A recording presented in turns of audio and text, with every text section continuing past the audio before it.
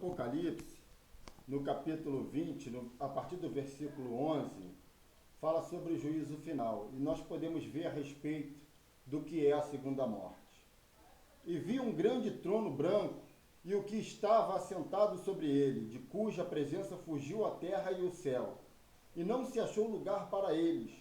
E vi os mortos, grandes e pequenos, que estavam diante do trono, e abriram-se os livros, e abriu-se outro livro, que é o da vida. E os mortos foram julgados pelas coisas que estavam escritas nos livros, segundo as suas obras. E deu mar os mortos que nele havia, e a morte e o inferno deram os mortos que neles havia, e foram julgados cada um segundo as suas obras. E a morte e o inferno foram lançados no lago de fogo. Esta é a segunda morte. E aquele que não foi achado escrito no livro da vida foi lançado no lago de fogo. Bom, então ser lançado no lago de fogo e ser aniquilado para sempre é sinal da segunda morte. E essa é a separação eterna de Deus. E é disso que Deus quer te livrar. É disso que Deus quer te salvar, da morte eterna. Sabendo que o salário do pecado é a morte, como diz o livro de Romanos 6:23, mas diz também, mas o dom gratuito de Deus é a vida eterna em Cristo Jesus. E por que o salário do pecado é a morte? Porque o pecado, ele nos leva à separação de Deus. Então, enquanto nós temos vida, nós podemos nos reconciliar. E só podemos nos reconciliar com Deus através de Cristo Jesus. A religião não é capaz de te levar ao reino dos céus, mas sim, Jesus Cristo é capaz de te levar ao reino dos céus. E por meio de Cristo, você obtém a salvação e se reconcilia com Deus e recebe então as promessas de Deus se cumprindo na sua vida. Então a resposta é: de que Deus quer nos livrar? Então, da morte eterna. E a segunda pergunta: para quê? O texto de João vai dizer assim: eu vim para que tenham vida e a tenham em abundância. Então, o texto de João, capítulo 10, versículo 10, traz essa ideia da missão de Jesus. Primeiro fala da missão de Satanás, que é simbolizado pelo ladrão, e diz: o ladrão vem senão para roubar, matar e destruir. Mas continua o texto dizendo: mas eu vim para que tenham vida e a tenham em abundância. Então a resposta da pergunta para quê é para nos dar a vida eterna. Deus, ele anseia por nos reconciliar com ele. E agora a pergunta por quê? A resposta é: porque ele nos amou primeiro. Ele nos amou quando nós ainda éramos pecadores. Então vamos de novo ao texto de João 3,16. Porque Deus amou o mundo. Deus amou o mundo de tal maneira que deu o seu Filho unigênito, para que todo aquele que nele crê não pereça, mas tenha a vida eterna. Essa é a resposta, é que Deus te ama. Deus te ama e não quer que você parta desse mundo sem se reconciliar com ele através de Cristo Jesus. E nós vamos ver que Jesus é o único, como eu falei que ele é o único caminho, também ele é o único que pode fazer a mediação entre nós homens e Deus. No livro de Timóteo, 1 Timóteo capítulo 2, versículo 5 diz: porque há um só Deus e um só mediador entre Deus e os homens, Jesus Cristo, homem. É isso. Jesus Cristo, homem. Por que Jesus Cristo, homem? Porque quando ele foi à cruz do Calvário, ele não foi como Deus, como divindade, mas ele foi como um homem justo, santo, para que ali na cruz ele pudesse expiar, redimir e justificar os nossos pecados, para que alcançássemos a salvação nele e a reconciliação com Deus. Então, não há outro, não há Maria, não há João, não há Tomé, não há Pedro, o nome é Jesus. E é isso que diferencia os evangélicos das muitas religiões que há no Brasil e no mundo. Porque a religião que não tem Cristo como Senhor, a religião que não tem Cristo como mediador, a religião que não tem Cristo como o Salvador, não pode te reconciliar, no entanto, não pode te conduzir a Deus. Pense nisso. O livro de Hebreus diz, lá no capítulo 12, versículo 24, diz: e a Jesus, o mediador de uma nova aliança, e o sangue na aspersão, que fala melhor que o sangue de Abel.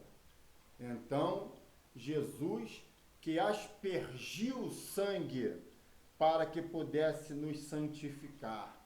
Jesus que aspergiu o sangue para que nele nós pudéssemos ser lavados dos nossos pecados e das nossas iniquidades e fôssemos nós assim reconciliados a Deus. É interessante o livro de Efésios, capítulo 2, a partir do verso 4 até o verso 9, diz que a salvação é um dom gratuito de Deus, que não é por obras, para que ninguém se glorie, mas é pela fé. Então, essa é a disposição que nós temos. Temos que crer.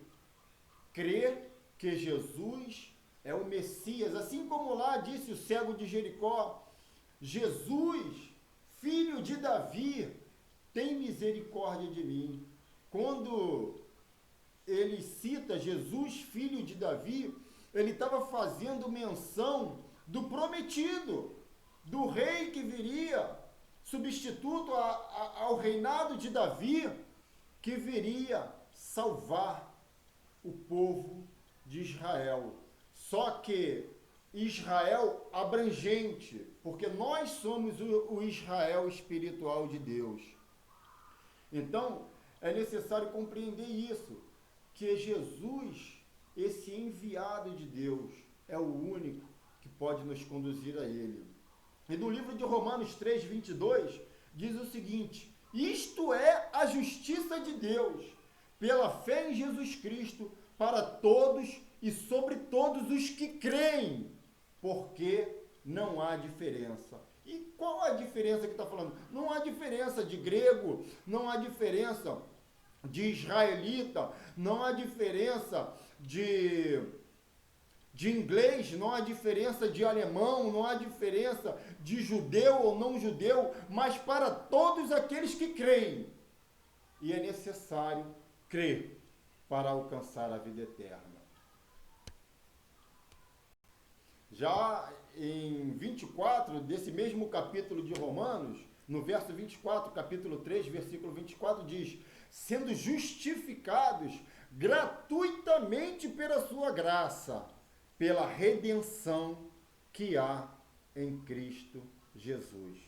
Jesus é o único que pode te redimir. Jesus é o único que pode fazer com que você alcance as moradas celestiais.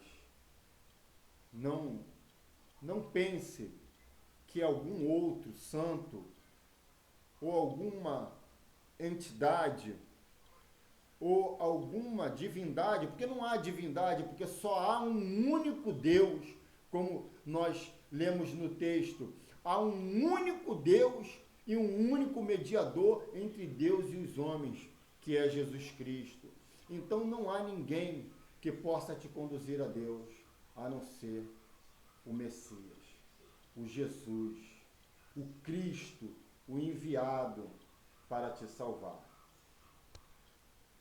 Agora há algo que nós precisamos compreender, que está lá no livro de João, capítulo 3, versículo 18. Diz o seguinte, o texto de João: quem crê nele não é condenado, mas quem não crê já está condenado, porque não crê no unigênito Filho de Deus.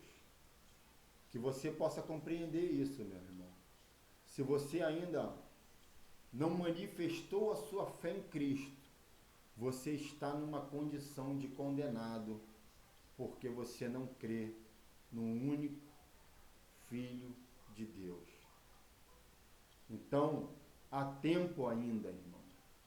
Enquanto há vida, ainda há esperança.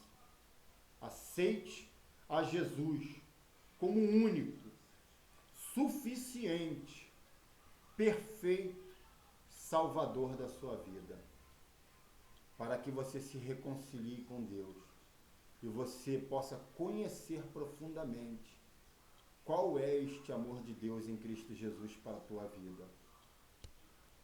Foi por isso que João Batista,